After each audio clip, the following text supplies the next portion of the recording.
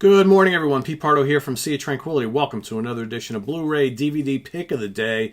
Today, we're going to take a look at one of my favorite concert films of all time. I mean, I think this is, if you were, many people have asked me, Pete, well, what are some of your absolute favorite concert films? This one is definitely a top 5 for me, without a doubt. And it's one that has, absolutely fascinated and enthralled me since I first saw it when I was, I don't know, early teens, back in the 70s. I'm talking about Woodstock, 3 days of peace and music. It actually should say peace, love, and music, right? Isn't that what Woodstock was called? This is the 40th anniversary edition, the director's cut, Blu-ray edition. So this is the original, 3-hour film, plus, all sorts of additional stuff. So you got, in this package, you got the Blu-ray. Okay. Oops, as I'm dropping things all over the place. Hold on. You got the Blu-ray.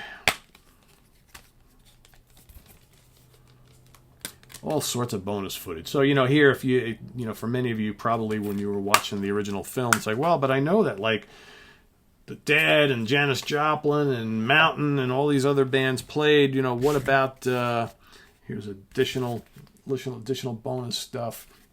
What about all these other acts that played that they didn't show and blah, blah, blah.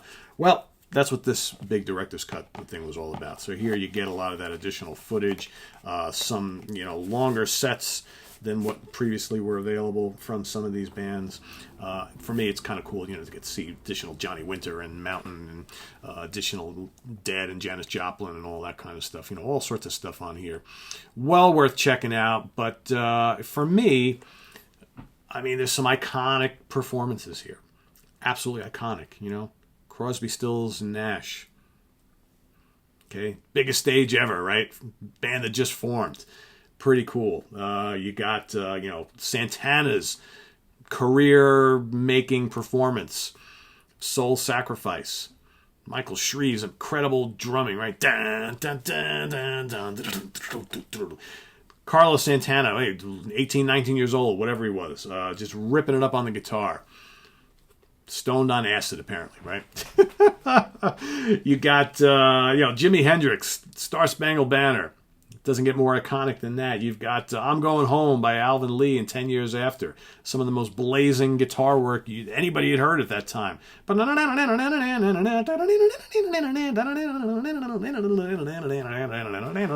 And those faces, man. Amazing. What else? Got so many iconic moments in this. The Who.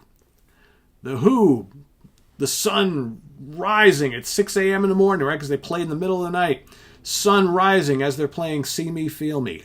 Just one of the most thrilling pieces of concert footage I have ever seen in my life. It stayed with me my entire life. I always have memories of the Who finishing up their Tommy set, right, with the sun going up in the background.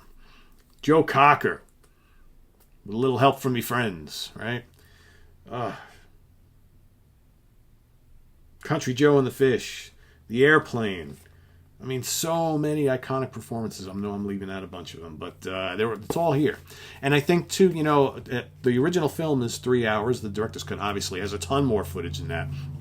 I know some people over the years have been like, oh, God, but, Woodstock, the movie, it's 3 hours long. It's, I just wish it was just all live performances and cut out all that other stuff. But you know what? The other stuff is what made it a great film, because you felt like you were there in August of 1969. All right, you're there. The cameras took you there amidst all the young folks and the hippies, smoking dope and hanging out on their little, towels and things in the grass. The rain coming down, the mud, people sliding around the mud, everybody just looking like crap because they've been out in the elements for 3 days, right? The people, swimming in the Swan Lake and the little ponds surrounding the Bethel site. All right, just talking to everybody about, hey, man, it's all about peace and love. It's groovy. The bands are great. The thunderstorm is coming in, and everybody trying to cover the stage. All the backstage stuff about how all these people got in for free, and the festival is losing money beyond belief. Right, helicoptering all some of the rock stars and musicians in from various places to get to because there's no way to get there. Right, so a little bit of history here. So back in August of 1969, I was 3.5, soon to be 4 years old, right? So lived in Brooklyn, New York with my family. My grandparents had a summer home in Goshen, New York, about 30, 35 miles from Bethel, New York, the Woodstock site. Okay.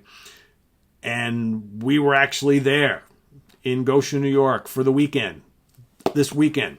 And my parents remember, maybe not quite so fondly, but they remember lines of cars going up the thruway, New York State Thruway, going up Route 17, trying to get to Bethel, New York, to get to the festival. People abandoning their cars and walking 20, 30 miles because at one point you couldn't get through. There was no getting through. That's how many people. You got 500,000 people heading to this tiny little town out in the middle of nowhere in Sullivan County, New York. Trust me, I've been to, they have concerts well, not this year, obviously, but I've been to tons of concerts at the old Woodstock site, Bethel Woods, New York, or Bethel, New York, Bethel Woods Center for the Arts, okay? It's a gorgeous place. I've been there tons of times. It's not far. I live pretty close in my backyard. But it's like a 2-lane road going out there. It's just ridiculous. Even to go to a concert today where 15,000 people are going to show up at Bethel Woods for a show, you got to leave really early. Otherwise, you're stuck in traffic forever because it's like this for like 7 miles. It's this tiny little road that goes into the place. So just imagine 500,000 people trying to get there in 1969.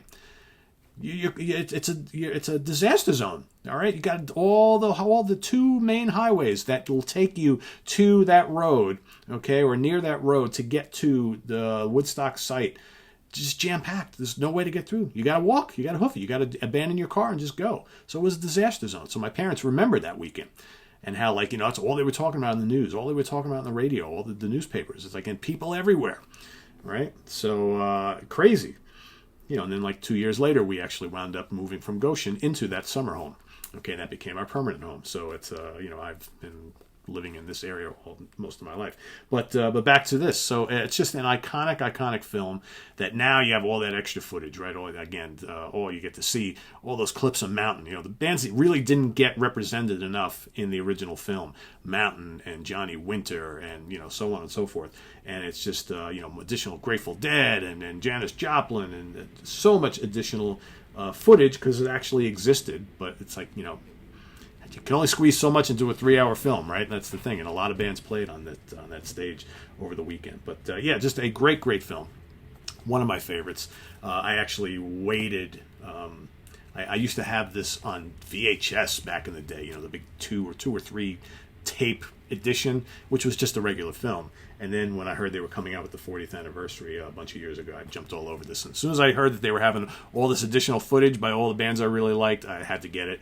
And I try to watch this if not every year during the anniversary of it, every other year or whatever. Just great stuff. And like I said, one of my favorite rock films, concert films of all time. It's just, because I'm a New Yorker, and even though I was a little too young to go, obviously, Woodstock has always been kind of part of my DNA because I lived so close to it. And because I've actually been just fascinated with the whole weekend, the whole festival, the history of it, the acts that played, and kind of, it's just something that summed up the late 60s, I think. And it was like the end of an era. And, I love a lot of the bands that played. And for me, this is I've always said, people have asked me the question many, many times, well, Pete, if you were to kind of go back in time and be able to go to a concert that you obviously were too young for, what would it be? And this is always my number one answer. As weird as it might be, it might have been, because obviously not a comfortable weekend. It's not like you got a nice chair and blanket and gorgeous sunshine for the whole day. This was not ideal concert-going scenario here. Rain and mud and lack of food and toilets and just way too many people and all the bad drugs going around, all that kind of stuff. But most people, and I have friends who live near me who actually went. They're a little older than me, and they said it was pretty magical. As much as it kind of sucked for a lot of reasons, it was pretty magical. So I would have loved to have been there. Monday morning? 8 o'clock in the morning, seeing Jimmy kind of close the whole festival. I mean, that would have been pretty amazing, I think. Watching The Who in the middle of the night would have been pretty amazing. Seeing Santana, pretty amazing. Johnny Winter, The Dead in the middle of the night, right? Janis Joplin, kind of strung out, but still pretty good. You know, I would have loved to have seen all this stuff. So there you have it. Woodstock, 3 days of peace and music. And a little bit of love, right? And a lot of mayhem, I think. Visit us on the web at www.seatranquility.org. We're on Facebook, we're on Twitter, of course, we're on YouTube.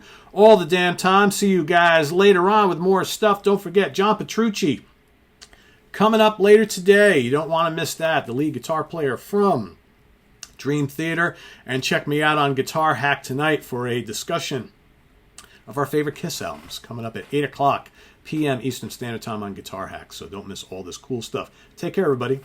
See you later.